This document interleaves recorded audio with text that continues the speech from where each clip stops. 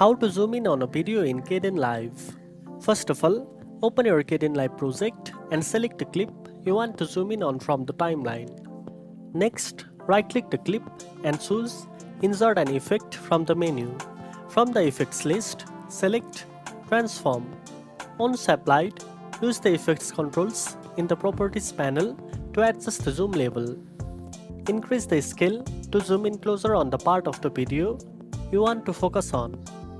You can also reposition the video frame by dragging the X and Y coordinates to center the zoom on your desired area. If you want the zoom to happen gradually, you can add keyframes to the zoom scale and position so the video zooms in smoothly over time.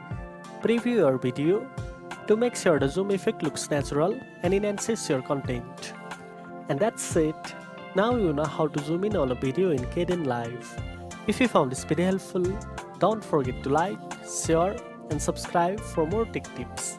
Thanks for watching and I'll see you in the next one.